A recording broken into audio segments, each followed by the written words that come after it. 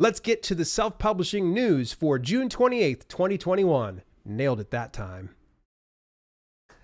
All right, first one comes over from the fine folks over at Draft2Digital. I want to give a big shout out over to Mojo Seedlack. She was really, really good in putting up a video more recently about this recent edition of Draft2Digital. They say we're reaching even more libraries with BorrowBox. Okay, this is something brand new to me. I've never heard of BorrowBox, but what they go on to say is we love libraries. They're often the first place where readers discover and connect with books and authors, and so it has always been important to us to do all we can to increase the reach of our authors into libraries worldwide.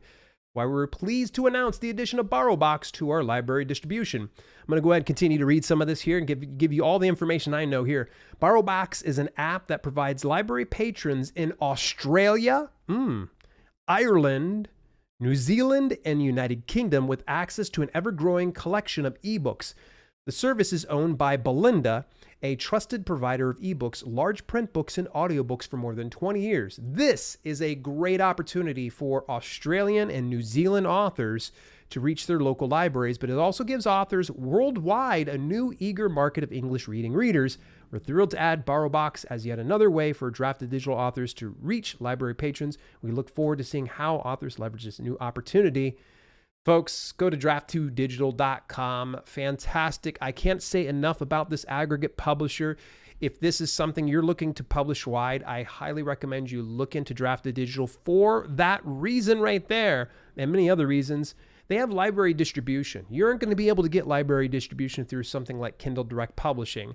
They just don't have that reach. That's the nice thing about Draft2Digital is they do have that.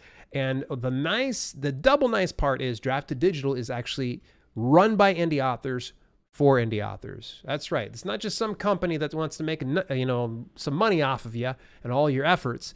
No, they are really in it to make sure that you succeed on a whole new level. So this is really good news. Draft2Digital, big congrats on BorrowBox.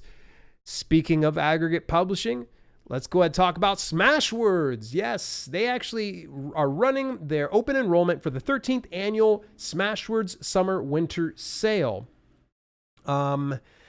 So this is set for July 1st through July 31st. So if you are already publishing through Smashwords, then I would highly recommend you enroll your book in this, because every time they've had an annual sale for summer, winter, it has done really well for me. I've noticed that I've had a huge bump in sales and such, and you could just discount it ever so slightly. They go in increments, and I can't remember. It might be like 25%, 50%. You can go upwards of 100% if you want to give them away 100% free.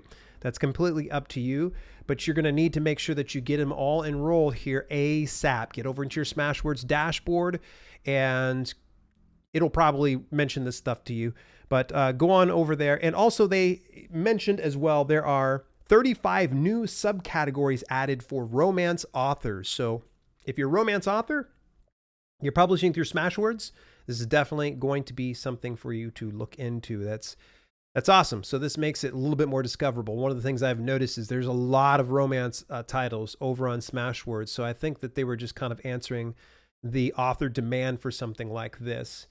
I tell you, I've gushed about Draft2Digital, and I feel somewhat the same way about Smashwords. Smashwords user interface isn't the greatest in the world, and this is my opinion, but it still is sufficient enough. It was probably the first, actually it was the first platform that I went to after I had pretty much went to publish wide. So I went from KDP, completely exclusive, and then I went over to Smashwords for that distribution, and it's really nice. They have so many different avenues. I've talked about it on this podcast previously, so I would say dip back into my previous posts, and there's one about Smashwords where I go in detail about the good, bad, and the ugly when it comes to Smashwords. Overall, I have a very positive opinion about Smashwords. Mark Coker put together a phenomenal platform for indie authors.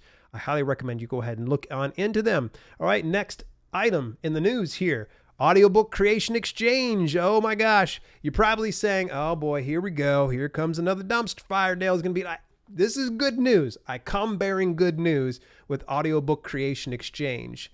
So here's what they said in this email from this past week. They're announcing improved time to retail over on Audiobook Creation Exchange. So over the past year, ACX has had scores of audiobook titles being submitted to them.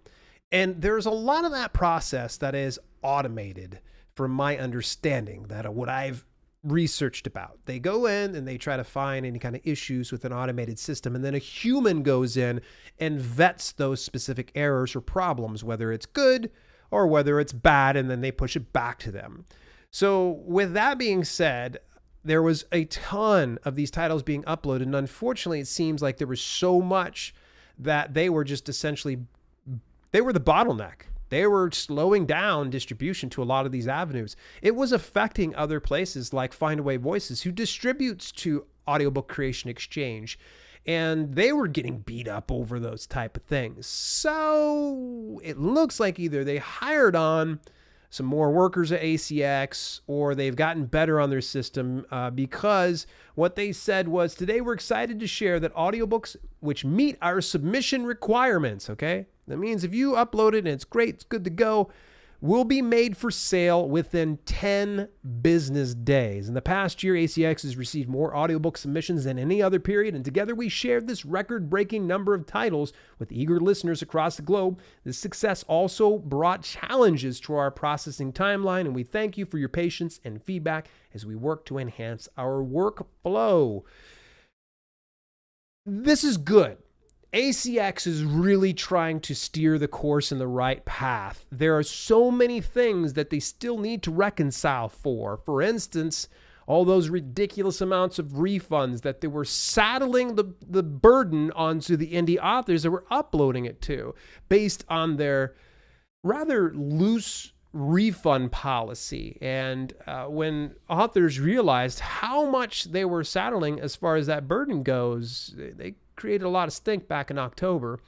So they've adjusted. They've provided some better things, better options. So for instance, there's no longer the 1-year exclusivity deal. So for instance, when you go exclusive to ACX, that's a 7-year deal.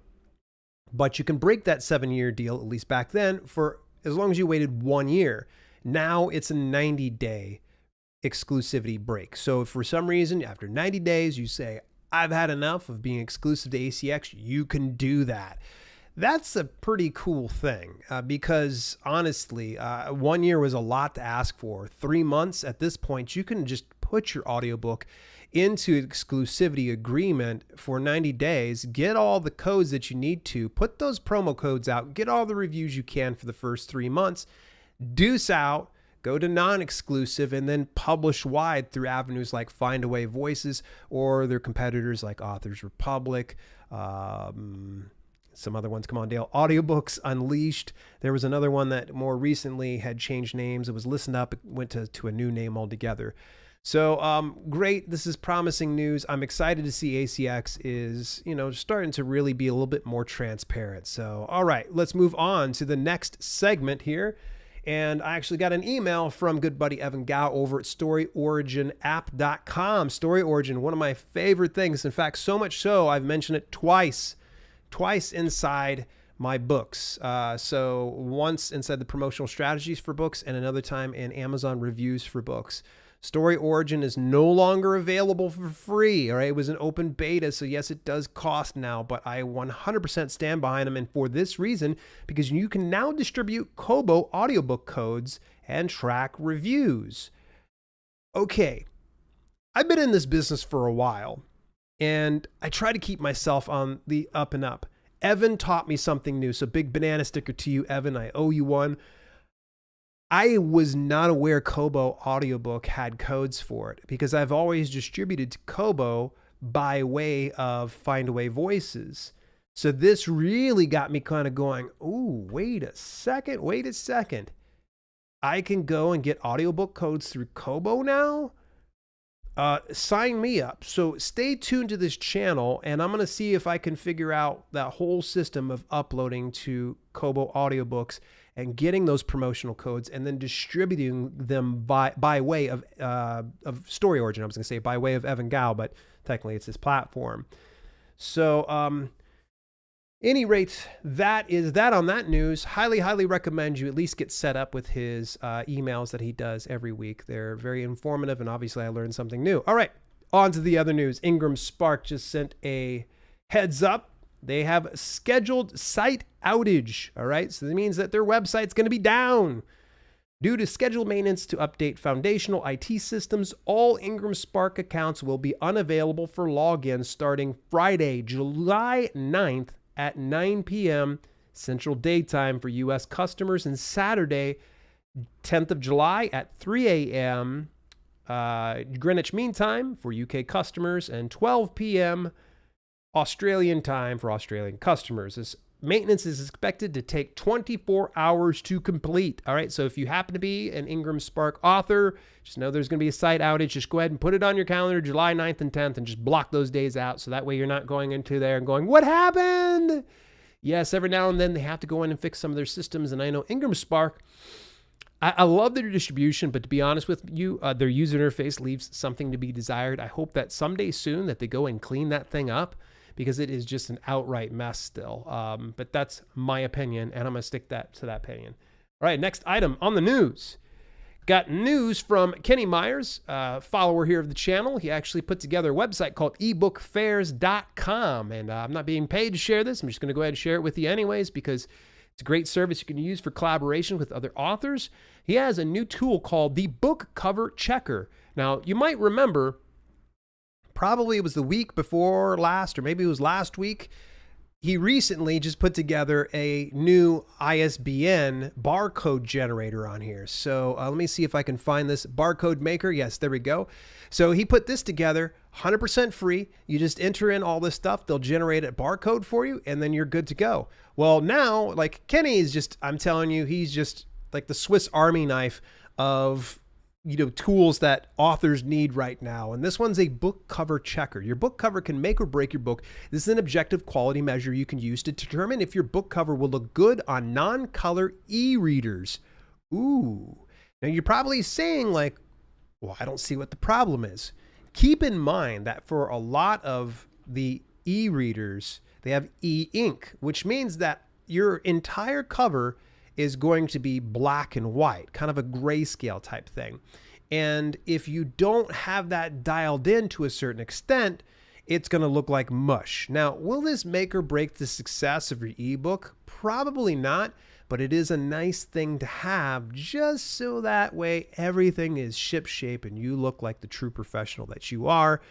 This is free. Like, honestly, Kenny is just a gem. I really like the stuff that he's continuing to put out. This cover checker is primarily focused on contrast and blurriness. We are not trying to judge the subjective qualities of the book cover, as we believe that the author and publisher can only know what is best from a content perspective. However, once they feel good about that, it's good to think about color contrast, as many e-readers do not have color screens. If you see a contrast and blurriness score of poor, it means you should consider changing your cover design. If you receive either a fair or good score, then you're probably okay, at least from a contrast and blurriness perspective. We also identified the dominant color of your book cover image, which may be useful for authors to know as well, and might even surprise them some. So that is available over ebookfairs.com/home/quality if you would like to look on into that. And then fresh from my Google Alerts tab, I got this one from Forbes. Now, I'm just going to kind of just come here and speak for just a second here with you folks. If you ever see any articles by Forbes, please understand that if you have a little bit of extra scratch, you can go ahead and post a post on Forbes. You can put a post there. Yeah, people have enough scratch. They're able to actually be featured on the website and sometimes in their magazines, their digital magazines. So take this with a grain of salt. I always see something from Forbes. I kind of look at it skeptically because someone's probably getting ready to sell something. And with that being said, there's a name that has been just on my radar for probably the past year or two, and it's not in a good way. It is a checklist for creating creating speaking engagements as a self-published author. And this is coming from J.J. Hebert, Forbes Council member. #1 best-selling author and CEO at Mindstir Media, a top-ranked self-publishing company.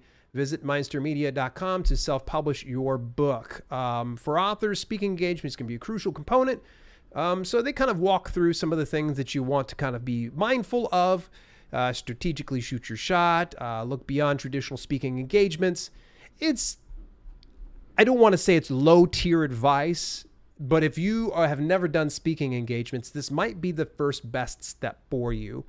Now, I'm going to go ahead, and I'm not trying to punch down or beat down Mindstir Media, but my scam alert icon is just going off right now because Mindstir Media pays websites to put up blog posts like the top 10 publishing companies.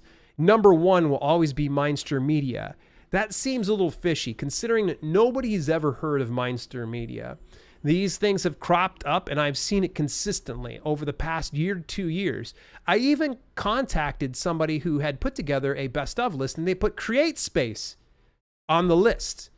And so I reached out to the person who wrote the article, and said, hey, just so you know, CreateSpace is no longer around. Might be a good idea for you to go ahead and showcase maybe IngramSpark, which is crazy. They didn't have IngramSpark, but they had CreateSpace, which was out of business since December of 2018. This person literally came back and threatened me. Like, if you show up here one more time, I will make you regret. Like, I was like, and I don't want to flex that hey, you know who I am. I was just like, I didn't know what to respond. I'm like, and I looked at it, I'm like, oh, I see. This is a person that was probably hired to put it on their website because someone put together their little article from Mindstir Media. It's very fishy. It's very scammy. Mindstir Media, if you happen to be watching this, come on, dude. Don't try hard like this. You're not a top-ranked self-publishing company. No one's heard of you.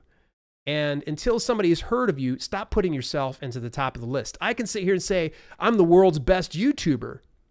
Doesn't necessarily make it true. All right? Food for thought. So keep an eye on those type of things, folks. If you happen to be doing any kind of research online and you stumble on something like Mindstir Media, I'm going to tell you, approach with caution. Because when they're paying for articles to be posted on there where they are putting themselves in a favorable light, it makes me kind of wonder. And it's also just, it's an ugly look. That is the news for self-publishing the week of June 28th, 2021. What was one piece of information that you found most useful? Definitely love to hear from you inside the comments.